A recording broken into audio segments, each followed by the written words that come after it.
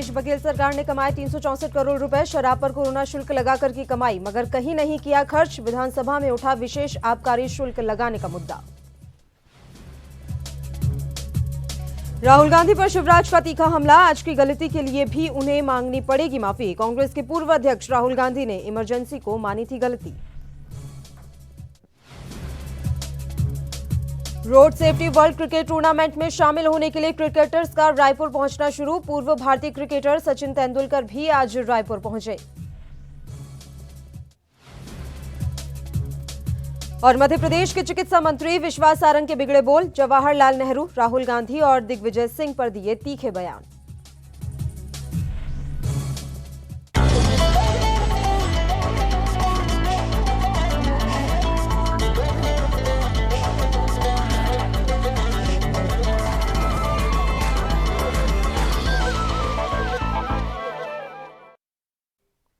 नमस्कार, ANB news देख रहे हैं आप। मैं हूं आपके साथ पल्लवी राजपूत और हमारे खास कार्यक्रम स्वर्णिम मध्य प्रदेश छत्तीसगढ़ में आप सभी का स्वागत है। आइए रुख करते हैं खबरों का। छत्तीसगढ़ विधानसभा में बुधवार को देशी और विदेशी शराब पर कोरोना का विशेष आबकारी शुल्क लगाने का मुद्दा सदन में उठा। भूपेश बघेल सरकार के मंत्री के जवाब से असंतुष्ट विपक्ष ने वॉकआउट कर दिया। प्रश्नकाल के दौरान बीजेपी विधायक अजय चंद्राकर ने शराब पर कोरोना टैक्स पर सवाल करते हुए पूछा कि कितने प्रकार में कोरोना शुल्क लगाया गया, कोरोना शुल्क लगाने का कारण क्या है और अब तक कितने पैसे खर्च हुए।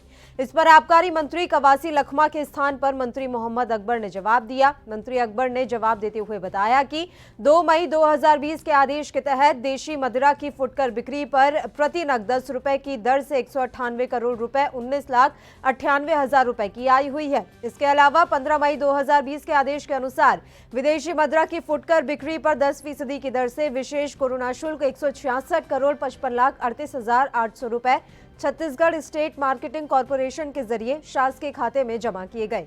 यानी दोनों रकम मिला दें तो 364 करोड़ 75 लाख रुपए से ज्यादा की कमाई छत्तीसगढ़ सरकार को शराब पर कोरोना टैक्स से हुई।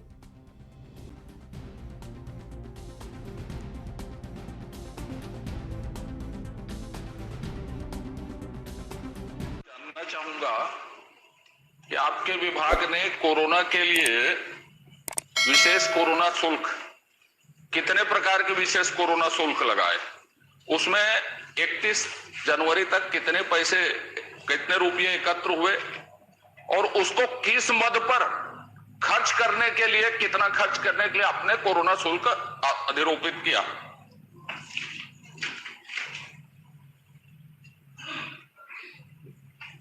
माननीय अध्यक्ष महोदय, हमारा सरकार ने 2000 मई में इसका निर्णय लिया है। कोरोना शुल्क हमको दारू दुकान से लेना है। आज तक 1,66,100 करोड़ जमा हुआ है। माननीय अध्यक्ष महोदय, मैं क्या पूछूं, मुझे समझ में नहीं आ रहा है। मैंने पूछा है कि कितने प्रकार के कोरोना शुल्क आपने अधिरोपित किए हैं। मेरे पास दोनों राजपत्र की कॉपी और उसमें दोनों में कितने पैसे एकत्र हुए। आप तो कभी कभी प्रश्न नहीं पूछते और चले जाते हैं, आज भी कर लीजिए, क्या दिक्कत है। ऐसा हुआ, दोनों कारण आप जानते हैं साहब। अब आप इस कारण को भी उसी कारण उसमें कोरोना लगाने के कारण क्या है, कोरोना लगाने के कारण क्या है, कोरोना शुल्क लगाने के कारण क्या है और उसमें अभी तक कितने पैसे खर्च हुए, उसका उद्देश्य क्या है और अभी तक पैसे। वहीं छत्तीसगढ़ की राजधानी रायपुर में होने वाले road safety world cricket tournament में शामिल होने के लिए क्रिकेटर्स का रायपुर पहुंचना शुरू हो गया है। पूर्व भारतीय क्रिकेटर सचिन तेंदुलकर भी आज रायपुर पहुंचे, जहां उनका स्वागत फूल बरसाकर किया गया। सचिन के अलावा वीरेंद्र सहवाग और युवराज सिंह रायपुर पहुंचे। खास बात यह है कि कोविड-19 की गाइडलाइन के चलते सभी क्रिकेटर्स पीपीई किट पहनकर होटल पहुंचे हैं। रोड सेफ्टी वर्ल्ड सीरीज में इस बार 6 टीमें शामिल हैं, जिसमें भारत, दक्षिण Africa, England, West Indies, Bangladesh और श्रीलंका के महान पूर्व खिलाड़ी शामिल हैं।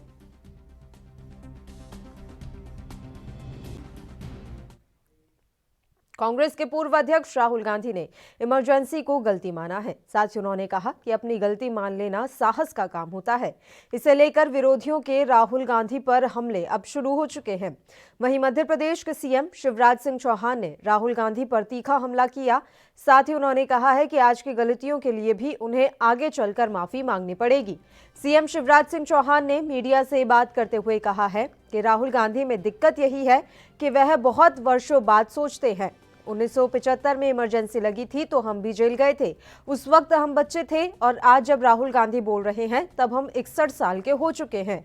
उनका सोच इतना पीछे चलता है, अब उन्हें गलती का एहसास हो रहा है। हालांकि वह देर आए दुरुस्त आए। गौरतलब है कि सीएम शिवराज सिंह चौहान लगातार राहुल गांधी पर हमलावर रहते हैं। उन्होंने पहले भी राहुल गांधी पर तीखा प्रहार किया है।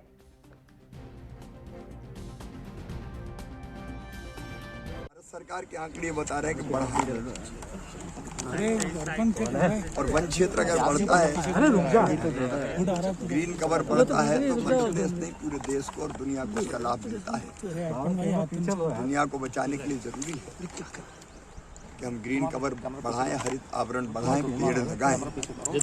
मैं लगा रहा हूँ, सबसे अपील है कि आप सब भी साल में एक जरूर लगाएं। दिक्कत यही है राहुल जी में, वो बहुत वर्षों बाद सोचते हैं। 1975 में इमरजेंसी लगी थी, हम भी जेल गए थे। हम बच्चे थे जब हम जेल गए थे और आज जब राहुल गांधी बोल रहे हैं तो हम 61 साल के हो गए। अब इतने पीछे उनका सोच चलता है तब की बात उन्हें लग रही कि अब गलती थी। हालांकि देर आए दुरुस्त आए,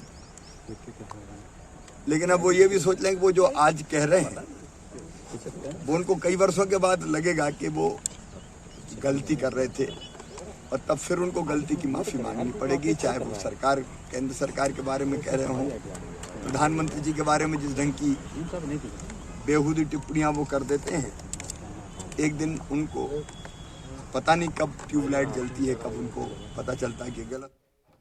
भारतीय जनता पार्टी ने बुधवार को कांग्रेस पर जमकर हमला बोला। मध्य प्रदेश के चिकित्सा शिक्षा मंत्री विश्वास सारंग ने पूर्व प्रधानमंत्री जवाहरलाल नेहरू, कांग्रेस के पूर्व अध्यक्ष राहुल गांधी और दिग्विजय सिंह पर तीखे बयान दिए। उन्होंने कहा कि गांधी परिवार ने देश को सिवाय लूटने के कुछ और नहीं किया। दरअसल चिकित्सा शिक्षा मंत्री विश्वास सारंग कांग्रेस के पूर्व अध्यक्ष के उस बयान पर प्रतिक्रिया दे रहे थे जिसमें राहुल गांधी ने इमरजेंसी को लेकर माफी मांगी। सारंग ने कहा कि सिर्फ इमरजेंसी को भूल बताने से काम नहीं चलेगा। राहुल गांधी सही मायने में भूल मानते हैं तो मीडिया के सामने आए और बयान दे। उन्होंने कहा कि कांग्रेस ने देश को केवल लूटा है। राजभवन के दस्तावेज बताते हैं कि पूर्व प्रधानमंत्री जवाहरलाल नेहरू जब भोपाल आए तो उनकी फेवरेट सिगरेट लेने प्लेन इंदौर गया था और फिर इसके बाद प्लेन दिल्ली गया। सारंग ने कहा, सब जानते हैं कि नेहरू जी खाने के बाद 555 ब्रांड की सिगरेट पीते थे। नेहरू परिवार ने इस देश को हमेशा लूटा है, उन्हें जवाब देना होगा। अभी तक ये प्रचलित था कि नेहरू जी की शेरवानी जाती थी लंदन धुलने के लिए, पर राजभवन की ऑफिशियल वेबसाइट में उस समय के राज्यपाल विनायक पतस्कर ने एडिट नोट्स में लिखा है कि नेहरू जी के ऐशो आराम के लिए एक प्लेन गया था भोपाल से इंदौर उनकी 555 सिगरेट लाने के लिए। ये बहुत ही आश्चर्यजनक है। हमें ये बात मालूम थी कि लेडी माउंटबेटन के साथ मिलकर इस देश के 2 टुकड़े करने वाले नेहरू जी ऐशो आराम के लिए प्रधानमंत्री बने थे, पर अब ये राजभवन का ऑफिशियल नोट एडिट नोट्स में लिखा हुआ है कि जब वो भोपाल आए थे और राजभवन में, क्योंकि वो एक सिगरेट पीते थे जिसका ब्रांड था 555, वो 555 ब्रांड की सिगरेट भोपाल में अवेलेबल नहीं थी, तो उसके लिए प्लेन भेजा गया था इंदौर और इंदौर से एयरलिफ्ट कराया गया था नेहरू जी का सिगरेट का पैकेट। अब नेहरू परिवार को बताना पड़ेगा, अब उन्हें इस बात का खुलासा करना पड़ेगा और जनता से माफ़ी मांगनी पड़ेगी कि क्या केवल ऐशो आराम करने के लिए देश के प्रधानमंत्री बने थे जवाहरलाल नेहरू? क्या जनता की गाड़ी कमाई को खर्च करने के लिए नेहरू परिवार ने वर्षों तक इस देश में राज किया? हिंदू महासभा से पार्षद रहे बाबूलाल चौरसिया के कांग्रेस में शामिल होने को लेकर मध्य प्रदेश में राजनीति तेज हो गई है। इस संबंध में हिंदू महासभा के राष्ट्रीय उपाध्यक्ष डॉक्टर जयवीर भारद्वाज ने कांग्रेस की अंतरिम अध्यक्ष सोनिया गांधी से अपनी पार्टी का नाम बदलकर गोडसेवादी कांग्रेस करने की मांग की है। इसके लिए हिंदू महासभा की ग्वालियर इकाई शहर से राष्ट्रीय राजधानी तक गोडसे यात्रा निकालेगी। भारद्वाज ने बताया कि गोडसे यात्रा 14 मार्च से शुरू होगी।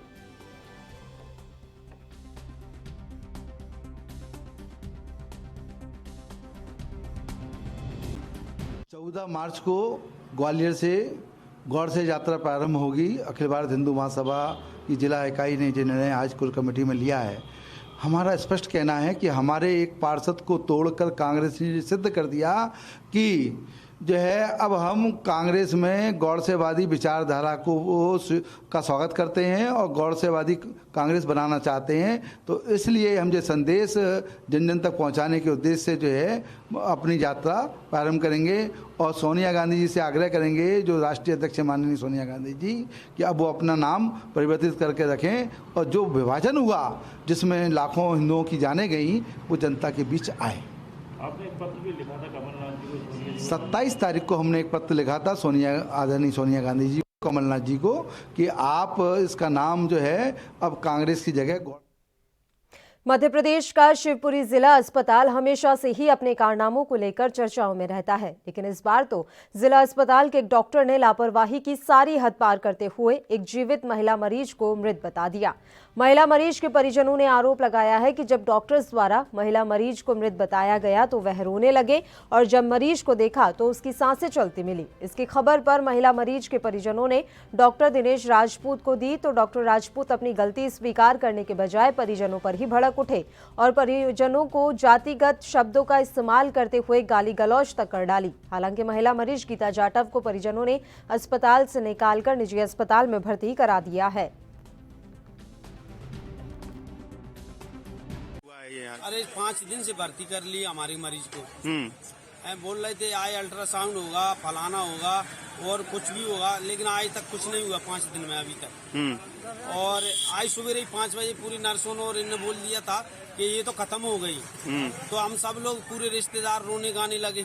फिर हम वहाँ से बच के आए। हम तो उधर हॉस्पिटल में आए तो क्या नाम है, हमने बोला सर के इसकी छुट्टी कर दो, अगर इलाज नहीं कर पा रहे तो छुट्टी भी नहीं करी। बोल रहा है तुम मैं क्या नाम मैं राजपूत हूँ, रोग समारोह, ये फालतू प्रकार की बातें बोल रहा है। पेशेंट से बोल रहा है कि अगर तुम मेरा क्या कर लोगे, मैं जहर का इंजेक्शन भी दे दूंगा तो तुम क्या कर लोगे। मंत्री तक भी चले जाओ तो भी मेरा कुछ होने वाला नहीं है। मंत्री मेरा नाम सुन के बता देगा कि मैं कौन हूँ।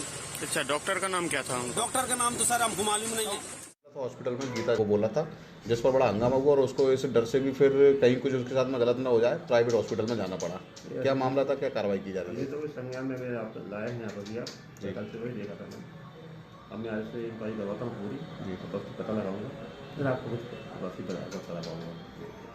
परिजनों का डॉक्टर साहब ये भी आरोप है कि कितने डॉक्टर को जब हमने बताया तो डॉक्टर ने धमकी दी कि मैं तुमको भगवा दूंगा, जहर का इंजेक्शन लगवा दूंगा। इस तरह की शिकायत परिजनों मेरे पास नहीं की गई।